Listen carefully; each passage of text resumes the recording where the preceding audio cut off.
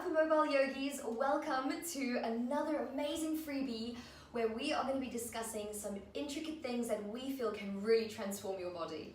Yeah, so for day one, we're going to talk about the importance of your breathing and how that relates to your pelvic floor and how you can make sure that you're breathing in a way that gets the pelvic floor working, and finally, how you can take that into your everyday life.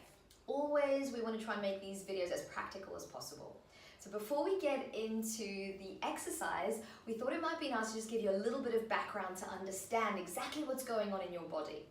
Now, if you know how breathing works, as the diaphragm, your big breathing muscle, contracts, it moves down. And the intrathoracic pressure means that it gets much higher because we have more air coming into our lungs. Now, because the intrathoracic pressure, just imagine more pressure in a balloon, that's one way of thinking of it, gets higher, the pelvic floor, as you breathe in, will actually go down.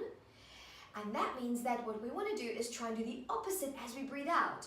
The pressure drops, so the diaphragm moves up, and so does your pelvic floor. So there is this very intricate dance between the diaphragm and the pelvic floor. They're always working together. And you can think of it as an inhale and an exhale. What happens in modern life, as you probably know, is we sit a lot, or we go into classes where they tell you to grip the pelvic floor non-stop, and that disrupts the natural movement of your diaphragm and your pelvic floor. Not to mention, we are conditioned also to kind of hold our belly in all the time and never just let it relax and flop out. Exactly. So you want to be relaxed in your body when we do this exercise, and what Adell's going to do next is actually teach you how to link your pelvic floor and your breathing together. Yeah, so the way that you want to think about it is that as you breathe in, you're expanding not just upwards and outwards with the lungs, but also down. So you're breathing down into the belly, all the way, imagine that you're breathing all the way down into your pelvis, into your pelvic bowl.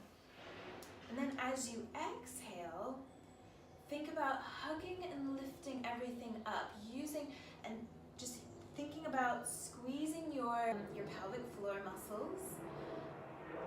And this will lead to a slight abdominal engagement you'll feel, helping you to press out the air on the exhale.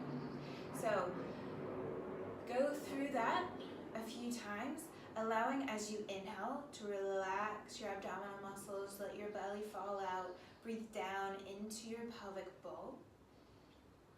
And then as you exhale, think about hugging and lifting everything back up, gently pressing that air back out. Inhale, breathe down and relax, because to be in control of a muscle, we have to be able to relax it as well as turn it on. And then as you exhale, now's the time to switch it on. Just gently squeeze everything in, let it lift up, pressing the air back out. Be aware that when you are engaging your pelvic floor, you have the front and the back passage that you want to engage. Sometimes we're really good at doing one and a little weaker on the other. So a really cool analogy is like a zip. As you do that exhale and you're starting to pull up, think of both the front and the back of the pelvic floor lifting like a little zip pulling up. Yeah, so you can even think about starting with your back passage. That's the nice way to say your butthole.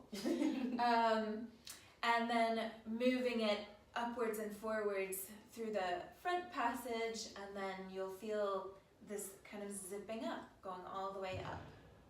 But Adell said it perfectly, that when you are ready to relax and when you do that inhale, please don't keep holding it. Get as used to engaging it as you do at relaxing. Yeah, so when you've got a hang of that, just see if you can bring it into your everyday life. Do it while you're brushing your teeth, or while you're washing the dishes, or while you're sitting in your car in traffic, or whatever. Yeah.